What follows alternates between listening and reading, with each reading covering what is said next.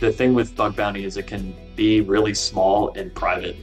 A lot of customers at HackerOne, about 80% are private and are likely to stay that way. And some of these programs are as small as 1 to 2 hackers in them.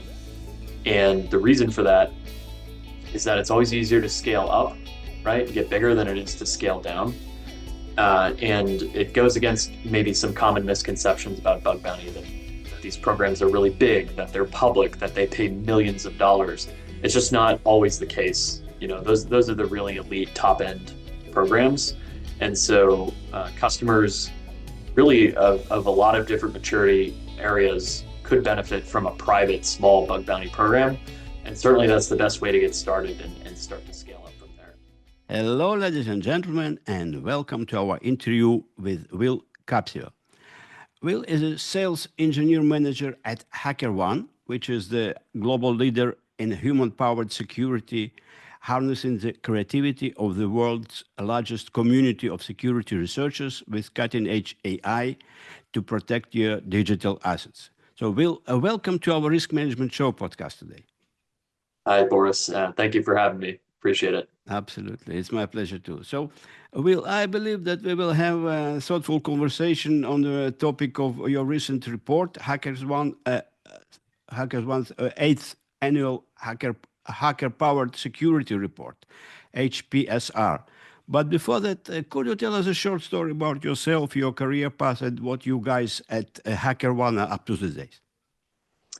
Absolutely. Yeah, myself, I started out in the consulting world, and I was a consultant for about 2 years in the cybersecurity space before moving over to HackerOne.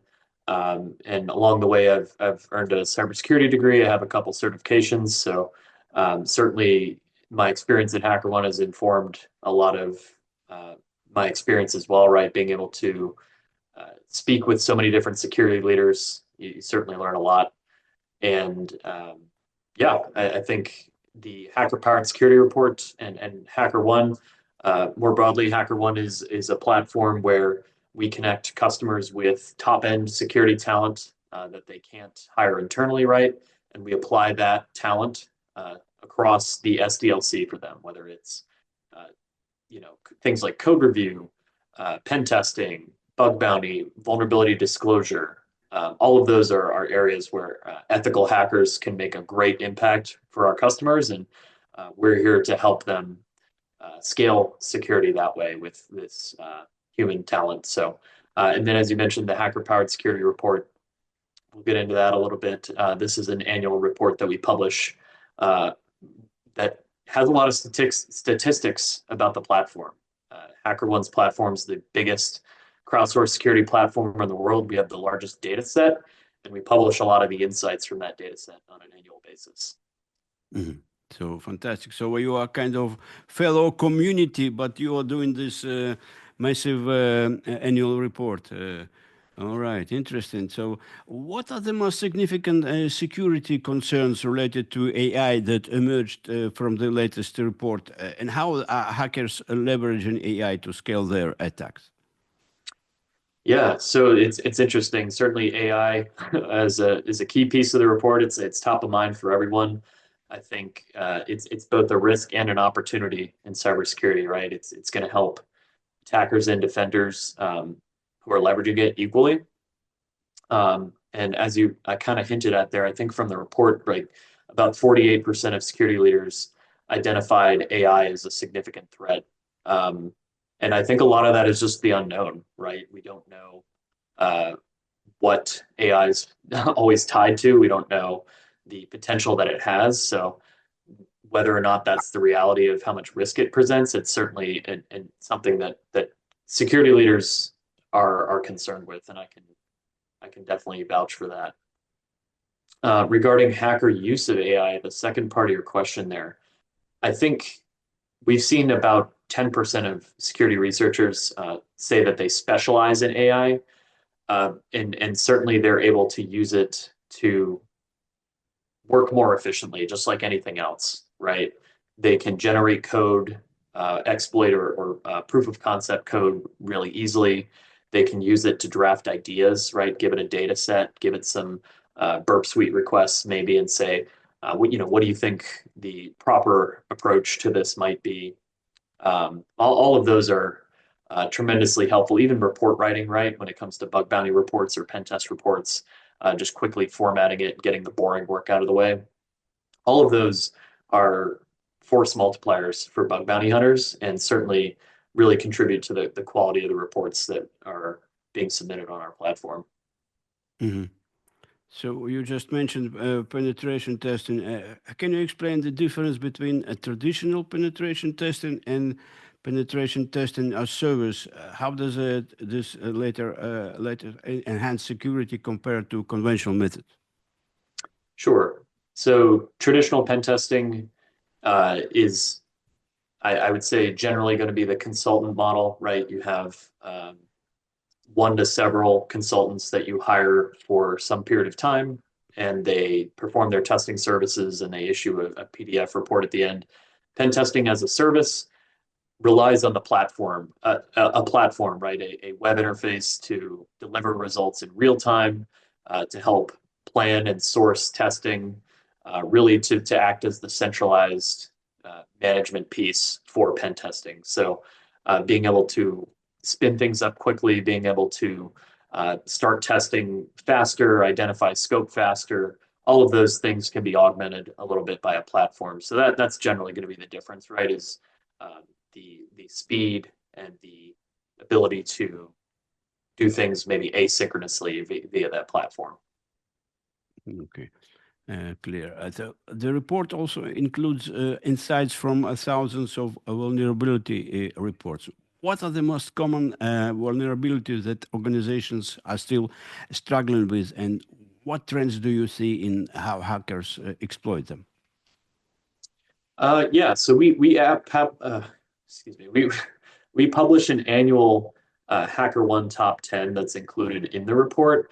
And we do this by industry, right? So you can go to hackerpoweredsecurity.report.com and see the specific top 10 for your specific industry, and you can see some of the stats for the platform overall. So HackerOne's top 10 tends to be you know, have significant but not 100% crossover with something like the OWASP top 10, right? The OWASP top 10 is an industry standard. It's something that a lot of respected industry professionals come together and anecdotally a little bit kind of, as far as I understand it, come together and decide what that top 10 is. HackerOne, as I said, has that huge data set of customer data that we're seeing across all of our programs. And so this year, cross-site scripting remains at the top, information disclosure, improper access control. Those are ones that we consistently see in our top 10. And those are the top three for this year. But we'll also see things like business logic errors, right? Things that bug bounty hunters really specialize in that recur in the top 10 year over year and that carry a lot of impact that typically doesn't show up in the OWASP top 10. So there's tremendous value in both approaches, of course, but it's always interesting to run the comparisons. Mhm. So what does the process of initiating a big bounty look like, and how is it vulnerability information processed to ensure organizations can act on it effectively? Of course, yeah, the second part there is most important. Bug bounty sits in a place where a bug that comes through to your program as a survivor, right? It survived code review, it survived scanning and static analysis and dynamic analysis. It survived pen testing, red teaming, right? It's sitting there in production. So each one of those bugs you find has a story of why it survived, and our goal is to help you find that certainly. But the first part of your question there was sorry, what was the first part of your question? I got a little. How does a process of initiating a big bounty look like? Yeah, okay, the customer journey, right? Like how do you get started with something like HackerOne or even on your own, right? The thing with bug bounty is it can be really small and private. A lot of customers at HackerOne, about 80% are private and are likely to stay that way. And some of these programs are as small as 1 to 2 hackers in them. And the reason for that is that it's always easier to scale up, right? And get bigger than it is to scale down. And it goes against maybe some common misconceptions about bug bounty that these programs are really big, that they're public, that they pay millions of dollars. It's just not always the case. You know, those are the really elite top end programs. And so customers really of a lot of different maturity areas could benefit from a private small bug bounty program. And certainly that's the best way to get started and start to scale up from there. Mm. All right. So you kind of explained major misconception in this field. But I wonder because recently I heard that one of the largest crypto exchange was hacked by North Korean guys about a fantastic amount of 1.5 billion. Do you know something about this? What was the reason? How did this come through? Yeah, so I have some passing familiarity with it. I won't pretend to be an expert in that space or on that situation. But from what I understand, right, there was something that was a standard JavaScript library, right, that was being used, or safe.eth, I think it was the product that was had kind of a supply chain type of issue in it, right? And being able to get into that supply chain and change the interface was able to fool the people responsible for signing the transactions into validating what they thought was a valid transaction for a much smaller sum of money than it actually was. And so supply chain issues tend to be some of the trickiest and most devastating attacks out there, right?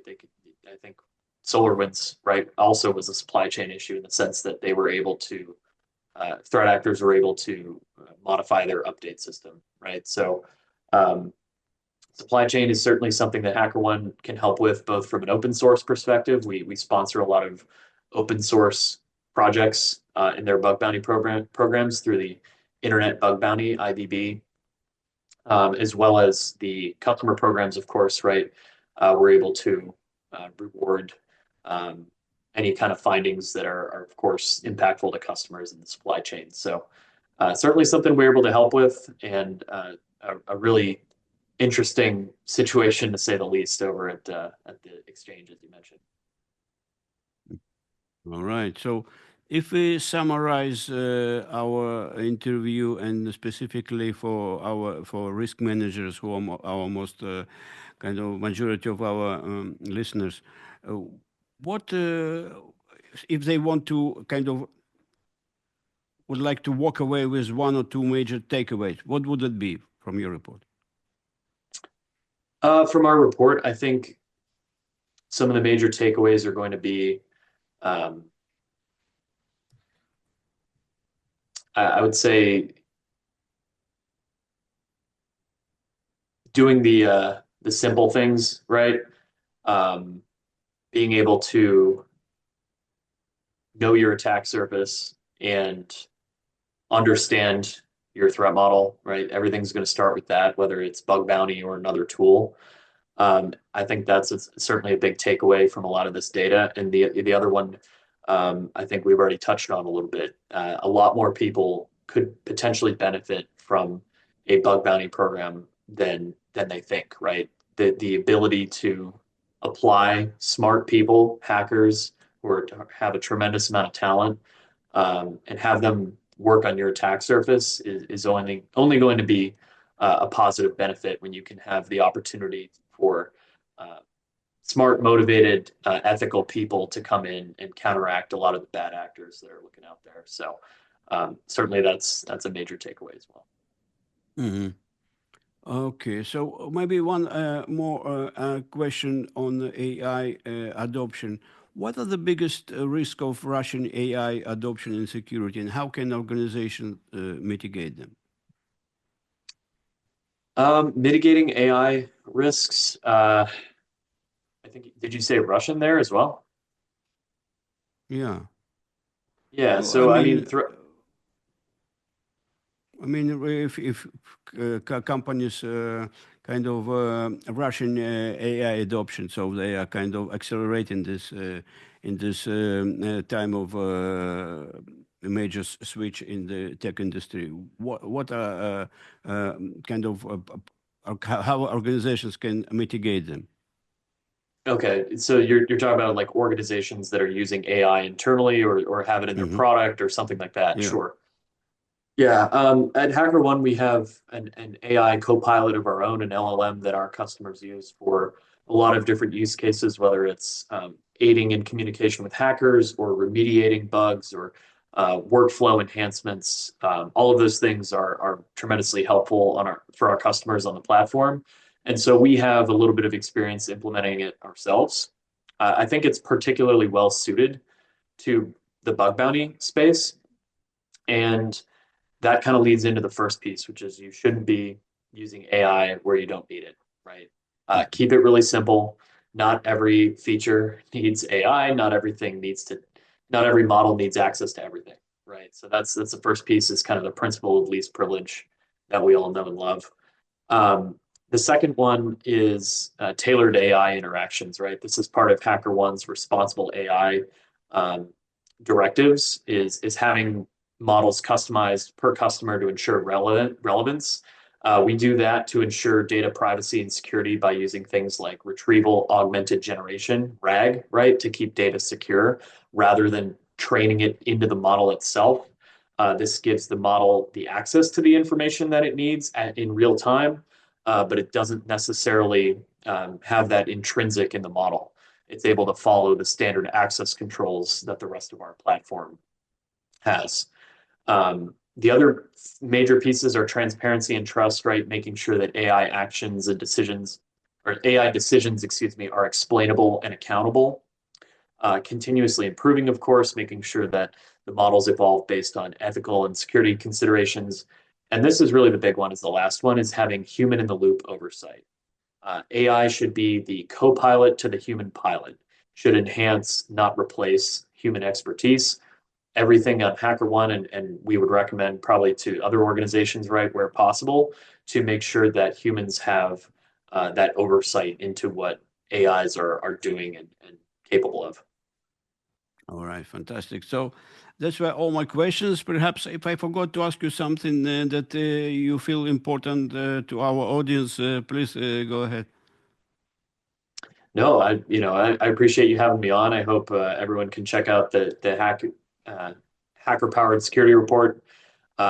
Again, that's hackerpoweredsecurity.report.com. Super catchy domain to remember there, and certainly they're welcome to check out some of our AI responsibility uh, blogs as well that we have up there. So, yep, All right, thanks again, Will. Thanks, and I wish you great success to you and your